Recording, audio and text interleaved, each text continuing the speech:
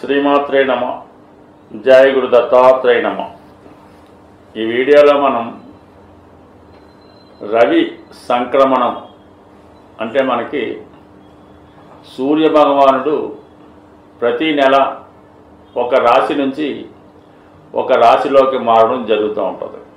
ఇది అందరికీ తెలిసిన విషయమైనప్పుడు కూడా మనం సాధారణంగా సంవత్సర ఫలితాలు తెలుసుకునేటప్పుడు గురుగ్రహాన్ని ఆదర్శంగా తీసుకోవడం జరుగుతూ ఉంటుంది. అంటే గురువు ఒక రాశి నుంచి ఒక రాశిలోకి మారడం, దాన్ని బట్టి సంవత్సర ఫలితాలు మనకి తెలియడం జరుగుతూ ఉంటుంది. అలాగే మాస ఫలితాలు తెలుసుకునేటప్పుడు మాత్రం ప్రత్యేకంగా రవి ఒక రాశి నుంచి ఒక రాశిలోకి మారినప్పుడు ఆ మాసంలో ఉన్నటువంటి ఫలితాలు తెలుసుకోవడం అన్నది సాంప్రదాయంగా జరుగుతూ ఉంటుంది. అలాగే రోజువారీ ఫలితాలు తెలుసుకునేటప్పుడు చంద్రుని యొక్క గమనాన్ని బట్టి తెలుసుకోవడం జరుగుతూ ఉంటుంది. అలాగే ఏ సమయంలో ఆ సంఘటన జరుగుతుంది, ఎప్పుడు జరగవచ్చు అన్నది మనకి లగ్నాన్ని బట్టి, అంటే ప్రతి 2 గంటలకి మారే లగ్నాన్ని బట్టి ఏ సమయంలో మనకి ఫలానా విషయం జరుగుతుందండి. అది వివాహం అవ్వచ్చు, లేదంటే ఉద్యోగం రావడం అవ్వచ్చు, లేదంటే ఒక వ్యక్తి ఎప్పుడు వస్తాడని తెలుసుకోవడానికి ఇవన్నీ ప్రశ్నాశాస్త్రంలో బాగా ఉపయోగించుకోవడం జరుగుతూ ఉంటుంది.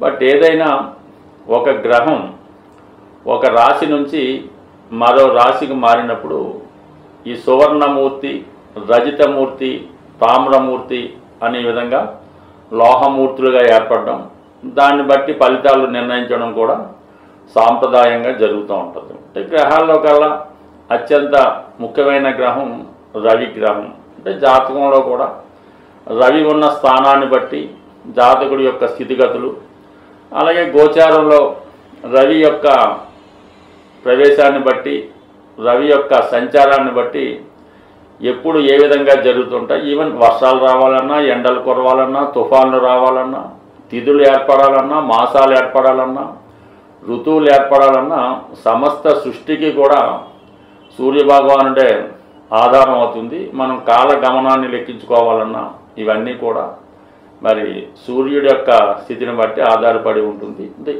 దేవతల్లో మరి అతిథి యొక్క పుత్రుడు అవడం వల్ల ఆదిత్యుడు అవడం జరిగింది. అలాగే 12 నెలలు ఉన్నట్టు 12 ఆదిత్యులు ఉండడం జరుగుతూ ఉంటుంది. ప్రతి నెల ఒక ఆదిత్యుడి రూపంలో మనం సూర్యభగవాన్ని కొలుచుకోవడం వల్ల అది ఎవరైతే సూర్యుడిని ఆరాధిస్తుంటారో వాళ్ళకి ఇవన్నీ బాగా తెలుస్తూ ఉంటాయి. ఏదన్నా మన భారతీయ సాంప్రదాయ ప్రకారం సూర్యుడిని ఆరాధించడం అన్నది అనాదిగా వస్తున్నటువంటి ఆచారం. అలాగే ప్రతి ఒక్క భారతీయుడు, ప్రతి హిందువు కూడా ఆదివారాల్ని పాటిస్తూ మరి సూర్యుడిని ఎక్కువగా పూజించడం. అప్పట్లో ఉన్నటువంటి బ్రిటిష్ ప్రభుత్వం వారు ఈ భారతీయులకు ఉన్నటువంటి కాన్ఫిడెన్సు, ఈ శక్తి ఏ విధంగా వచ్చింది అని తెలుసుకొని ఇదంతా కూడా సూర్యుడిని ఆరాధించడం వల్ల, ఆదివారం వీళ్ళు నియమంగా ఉంటూ ఆ భగవాన్ని ఆరాధించడం వల్ల వాళ్ళకి ఎంత పవర్ వచ్చిందని తెలుసుకొని నెమ్మదిగా వాళ్ళు ఈ ఆదివారమే సెలవిచ్చి ప్రతి ఒక్కరిని కూడా ఈ విధంగా విందు వినోదాల్లో, అంటే ఏదైనా ఈ మిగతా ఈ వ్యసనాలకి, ఎంటర్టైన్మెంట్ వాటికి వీటికి లోన్ చేసి నెమ్మదిగా భారతీయుల యొక్క శక్తి సన్నగిల్లేలా చేసి సుమారుగా వాళ్ళు చాలా కాలం పాటు మన దేశాన్ని పరిపాలించడం. తర్వాత జరిగే పరిణామాలు ఏదన్నా అంటే సూర్యుని యొక్క బలం ఎంత గొప్పదో మనం తెలుసుకోవాలి. సూర్యగ్రహం ఒక రాశి నుంచి ఒక రాశికి మారడాన్ని సూర్య సంక్రమణం అంటారు. కంపల్సరిగా ఆ రోజు భారతీయుడు అన్నవాడు కంపల్సరిగా పుణ్యనది స్నానం చేయడం, సూర్య భగవాన్ని ఆరాధించి విధి విధానంగా పూజించడం వల్ల వారికి అష్టైశ్వర్యాలు ఇవన్నీ కూడా రావడం జరుగుతూ ఉంటుంది.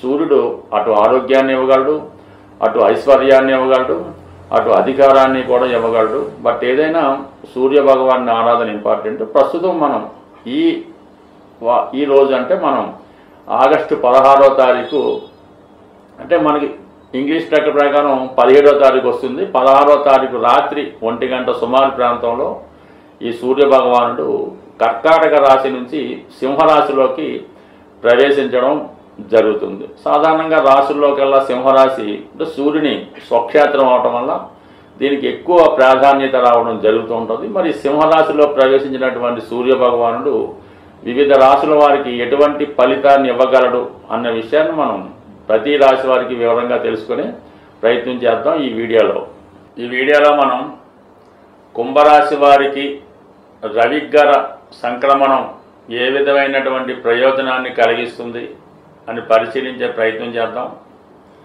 ప్రస్తుతం కుంభరాశి వారికి రవి సప్తమ స్థానంలోకి ప్రవేశించడం జరిగింది. అది స్వక్షేత్రంలోకి, అంటే ఇది అపోజిషన్ వారికి బాగా ఉపయోగపడుతూ ఉంటుంది. అంటే వాళ్ళు మీ యొక్క అపోజిషన్ పార్టీ వారు, మీ యొక్క లైఫ్ పార్ట్నరు, అలాగే వ్యాపార భాగస్తులు, మీరు ఎవరితో అయితే వ్యవహారం చేస్తూ ఉంటారో వారి మాట చెల్లడం జరుగుతూ ఉంటుంది. వారు చెప్పినట్టు మీరు నడుచుకోవలసి ఉంటుంది. అంటే ఏదైనా మొత్తం మీద మీరు డిఫెన్స్లో పడిపోవడం జరుగుతూ ఉంటుంది. అయితే రాహు రాశి యందు సంచరిస్తడం వల్ల లేనిపోని గాంభీర్యాన్ని ప్రదర్శిస్తుంటే మేకపోతే గాంభీర్యం అంటారు. ఏదో మన దగ్గర 100 కోట్ల ఆస్తి ఉన్నట్టు, 50 కోట్ల స్థిరాస్తి కొనడానికి వెళ్ళినట్టు మీ యొక్క వ్యవహారం కనబడుతూ ఉంటుంది. అయితే అంత అట్టహాసంగా మీరు వెళ్ళినప్పటికీ కూడా అవతలవాడు మీ మీద పైచేయి సాధించడం జరుగుతూ ఉంటుంది. సో ఏదైనా సప్తమంలో రవి మీ యొక్క ఎదటివారి విజయం పొందడం, వారు చెప్పినట్టు మీరు నడుచుకోవలసి ఉండడం జరుగుతూ ఉంటుంది. అయితే మళ్ళా 11వ స్థానం పైన రవిగ్రహ ప్రభావం వల్ల ఎవరైతే మీకు అపోజిషన్గా ఉన్నారో మళ్ళా వాళ్ళు రాజీకి వచ్చి మీకు ఉపయోగపడడం జరుగుతూ ఉంటుంది. అంటే ఒక విధంగా మీ యొక్క భాగస్తులే, పార్ట్నర్సే, లేదంటే భర్త లేదా భార్య మళ్ళీ 11వ స్థానంలో మీ యొక్క ప్రతిఫలం కోసం, అంటే మిమ్మల్ని మంచి చేసుకోవడం కోసం మీకు ఏదో విధంగా ఒక విషయాన్ని ఆఫర్ చేయడం జరుగుతూ ఉంటుంది. కొంత ధనాన్ని ఇవ్వచ్చు, ఒక పదవి ఆశ చూపించవచ్చు, లేదా మిమ్మల్ని ఏదైనా ఒక గొప్ప వ్యక్తిగా వాళ్ళు గుర్తించవచ్చు. ఏదైనా వారి యొక్క సహకారంతో కొన్ని ప్రయత్నాలు, కొన్ని పనులు మీకు నెరవేరడం జరుగుతూ ఉంటుంది. అంటే ముఖ్యంగా ప్రభుత్వానికి సంబంధించింది ఆగిపోయిన ఫండ్స్ ఏమైనా ఉంటే రావడం, అలాగే మీ పెద్దవారి ద్వారా మీకు రావాల్సిన ఆస్తి ఏమంటే రాబట్టుకోవడం, ఒక ప్రభుత్వ పదవి రావడం, పోగొట్టుకున్న ఉద్యోగం తిరిగి రావడం, ఆగిపోయిన ప్రమోషన్ తిరిగి రావడం, ఇవన్నీ కూడా మీకు ముందు వ్యతిరేకంగా ఉన్నప్పటికీ కూడా తర్వాత ఆటోమేటిక్గా మీకు ఎంతో కొంత ముట్టజెప్పు మిమ్మల్ని మంచి చేసుకొని మీతో వారి పనులు చేయించుకోవడం జరుగుతుంది. ఏదైనా మీరు వారికి అనుకూలంగానే చేయవలసి ఉంటుంది. బట్ ఇందులో మీరు ప్రతిఫలం పొందడం జరుగుతూ ఉంటుంది. అలాగే 3వ స్థానం మీద కూడా తన ప్రభావం చూపడం వల్ల కంపల్సరిగా మీ యొక్క ప్రయత్నాన్ని కూడా, అంటే ఫ్యూచర్లో మీరు చేసే ప్రయత్నానికి వారి యొక్క సహకారం కూడా లభిస్తూ ఉంటుంది. అలాగే మీ యొక్క ఆలోచన సరళి మార్చుకొని కొత్త వేలో మీరు వెళ్ళడం వల్ల మీ ప్రయత్నానికి సక్సెస్ కూడా తోడవడం జరుగుతూ ఉంటుంది. బట్ ఏదైనప్పటికీ కూడా మరి రాహు రాశి యందు ఉండడం, ఈ రాహు వల్లే రవికి ఇబ్బందులు కలుగుతుంటాయి. కాబట్టి అంటే మీరు ఏదో విధంగా ఎదుటి వరకు అపోజిషన్ వరకు ఇబ్బందులు కలిగిస్తూ ఉంటారు. అయితే కొంతవరకు సక్సెస్ వచ్చినప్పుడు కూడా దాంట్లో కొంత అనైతికలు, అవినీతి, అన్యాయం తప్పనిసరిగా ఉండే అవకాశాలు ఉంటాయి. అయితే దాని తర్వాత మళ్ళీ మీరు రియలైజ్ అవుతారు, దాని నుంచి బయటపడతారు, చేసిన తప్పులను సరిదిద్దుకునే ప్రయత్నం కూడా జరుగుతూ ఉంటుంది. అయితే ఈ సమయంలో దీనికి తప్ప వేరే మార్గం అయితే మీకు కనబడదు. కంపల్సరిగా మీ యొక్క పందాన్ని మార్చుకొని రివర్స్ గేర్లు, అంటే బ్యాక్ డోర్లో వెళ్తేనే మీ యొక్క ప్రయత్నం నెరవేరుతుంది తప్ప ప్రతిదానికి నిజాయితీగా పర్ఫెక్ట్గా వెళ్ళాలంటే ఈ సమయంలో అది అసాధ్యం అవుతూ ఉంటుంది. ఎందుకంటే ఇక్కడ మనకి రాహు రాశి యందు ఉండడం వల్ల ఈ విధంగా జరుగుతూ ఉంటుంది. పైపెచ్చు రాష్ట్రాధిపతి శని కూడా వక్రించి కుటుంబ స్థానంలో ఉండడం, దానిపైన కుజగ్రహ దృష్టి, ఇవన్నీ కూడా జాతకుడిని అనేక విధాలుగా ఒత్తిడికి గురి చేస్తూ ఉంటుంది. ఏదో పీకి మీద కత్తి పెట్టి పని చేస్తావా చేయవా అన్నట్టుగా ఉంటుంది. కానీ కనీసం అటువంటి పరిస్థితుల్లో జాతకుడు తప్పనిసరిగా తనకి ఇష్టం లేకపోయినా కొన్ని ప్రయత్నాలు చేయవలసి ఉంటుంది, కొన్ని పనులు చేయవలసి ఉంటుంది, కొన్నిటికి అంగీకరించవలసి ఉంటుంది. బట్ ఏదైనా ఈ సమయంలో జాతకుడికి ఎదుటివారు చెప్పినట్టు జాగ్రత్తగా నడుచుకొని మంచివారి సహకారంతో ముందుకు వెళ్ళటమే మంచిది. ఏదైనా విజయం అన్యాయంగా వెళ్ళినటువంటి విజయం కొంతకాలమే ఉంటుంది, నిజాయితీగా వచ్చినటువంటి విజయం శాశ్వతంగా ఉండడం జరుగుతూ ఉంటుంది. టెంపరీగా వచ్చినటువంటి ఆనందం కన్నా శాశ్వతమైనటువంటి కీర్తి కోసం ఈ రాశివారు ప్రయత్నం చేయడం వల్ల కొద్దిగా కష్టమైనప్పుడు కూడా నెమ్మదిగా వారి యొక్క సక్సెస్ రావడం జరుగుతుంది. అంటే ఇప్పుడు రాహు ఉన్నప్పుడు ఎలా ఉంటుందంటే సాధారణంగా ఏదో వేపాకు తినగా చీగా ఉంటుందని కష్టాలు పడి ఒకేసారి మంచి జరగడం వల్ల అది కంపల్సరిగా జాతకుడికి ఆనందాన్ని కలిగించే అవకాశం ఉంటుంది. బట్ ఏదైనా ఈ సమయంలో జాతకుడికి అక్రమార్గంలో వెళ్ళడానికే ఎక్కువ మొగ్గు చూపుతూ ఉంటాడు. కానీ సాధ్యమైనంత వరకు నిజాయితీలో వెళ్తేనే ఆలస్యంగా ఆయననే విజయం లభిస్తుంది. జ్యోతిష శాస్త్రంలో పరిహారాలు అన్నది చాలా ముఖ్యమైనటువంటి విషయం. ప్రతి గ్రహానికి పరిహారం అన్నది కంపల్సరిగా ఈ జ్యోతిష శాస్త్రం రాసినప్పుడే దానికి ముందుగానే ఈ నవగ్రహ స్తోత్రాలు ఇవ్వడం జరుగుతుంది. ప్రతి పంచాంగంలో ఉన్నటువంటి ఈ 9 గ్రహాలకి ఉన్నటువంటి 9 స్తోత్రాలని కంపల్సరిగా ప్రతిరోజు చదవలసి ఉంటుంది. ఈ విధంగా 9 గ్రహాలకి ఉన్నటువంటి 9 శ్లోకాలని భక్తి శ్రద్ధలతో చదవడం, మనం ఏ గ్రహాన్ని అయితే ప్రసన్నం చేసుకోవాలనుకుంటున్నామో ఆ గ్రహానికి సంబంధించినటువంటి శ్లోకం, అంటే అది ఆ వరుసలోనే ఉంటుంది.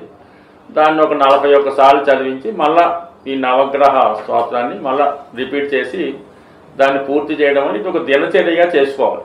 అంటే కామన్గా మనం ఎవరికైనా పరిహారం చేసుకున్నప్పుడు ఈ విష్ణు సహస్రనామం చదవండి, లేదంటే నవగ్రహ స్తోత్రాలు చదవమన్నప్పుడు అవి మీరు రోజు చదువుతున్నామని చెప్తూ ఉంటారు. అంటే మీరు రోజు చదవడం అన్నది కంపల్సరీ దినచర్య. కానీ మనం ప్రత్యేకంగా పరిహారం చెప్పినప్పుడు అది విధి విధానంగా ఒక పద్ధతిగా చదివినప్పుడు దాని యొక్క పరిహారం అన్నది తొందరగా రావడం జరుగుతూ ఉంటుంది. అంటే ఒక కోడ్ లాంగ్వేజ్ ద్వారా మన యొక్క కష్టాల్ని ఆ భగవంతుడికి తెలియజేసుకోవడం జరుగుతూ ఉంటుంది. ఈ కోడ్ లాంగ్వేజ్ అన్నది ఎలా ఉంటుందంటే మనం పెట్టే దీపాన్ని బట్టి, మనం పెట్టే నైవేద్యాన్ని బట్టి, మనం వేసుకునే డ్రెస్సును బట్టి, మనం ఎన్నుకున్న వారాన్ని బట్టి ఆ కోడ్ లాంగ్వేజ్ వాళ్ళకి అర్థం అవడం జరుగుతూ ఉంటుంది. సుమారుగా మనం శనివారం హనుమాన్ టెంపుల్కి వెళ్ళినప్పుడు అది ఉద్యోగం కోసం అని స్వామికి అర్థమవుతుంటుంది. అదే మంగళవారం వెళ్ళినప్పుడు ఈ వివాహ జీవితం, ఆర్థిక బాధలు, అన్నదమ్ముల గొడవలని స్వామికి తెలియడం జరుగుతూ ఉంటుంది. అంటే ఈ విధంగా మనం ఒకేసారి కాకుండా ఓ 18 వారాలు, ఒక 40 వారాలు చేయడం వల్ల ఆ ఫలితం సిద్ధించడం జరుగుతూ ఉంటుంది. అంటే ఏదైనా మన ప్రయత్నం బట్టి మనం కోరుకునే కోరికను బట్టి కూడా మనం చేసే ప్రయత్నం ఉండాలి తప్ప పెద్ద ప్రయత్నానికి చిన్న ప్రయత్నం అయితే కుదరదు. కంపల్సరిగా ఎక్కువ ఫలితం రావాలంటే ఎక్కువ కష్టం పడవలసి ఉంటుంది. బట్ ఇప్పుడు ఈ రవిగ్రహం మాత్రం సింపుల్గానే మనకి ప్రతిరోజు మీరు సూర్య నమస్కారం చేసుకున్నప్పుడు కూడా కంపల్సరిగా మరి సూర్య భగవాన్ అనుగ్రహం కోసం ఆదివారం రోజు కంప్లీట్గా నియమంగా ఉండడం, అలాగే ఈ బలహీనతలకి కంపల్సరిగా దూరంగా ఉండవలసి ఉంటుంది. అది మద్యం అవ్వచ్చు, మాంసం అవ్వచ్చు, స్త్రీ అవ్వచ్చు.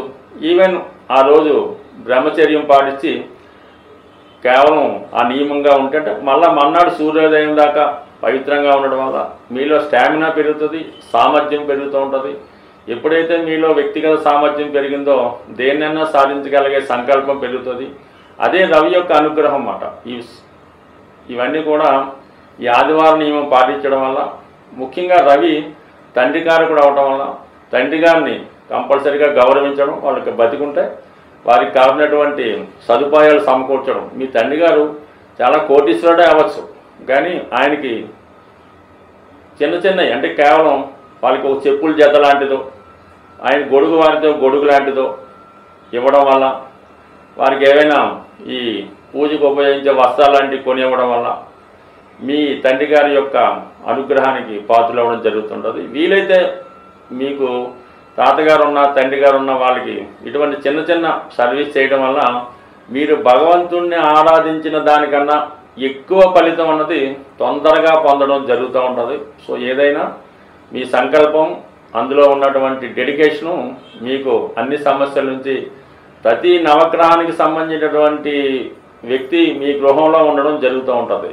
తండ్రి రూపంలో సూర్యుడు, తల్లి రూపంలో చంద్రుడు, అన్న రూపంలో కుజుడు, ఈ విధంగా ప్రతి ఒక్కరూ మీ కుటుంబంలో ఉంటారు. వారిని సాటిస్ఫై చేస్తే మీరు నవగ్రహాల్ని సాటిస్ఫై చేయనట్టు అవుతుంది. స్వస్తి.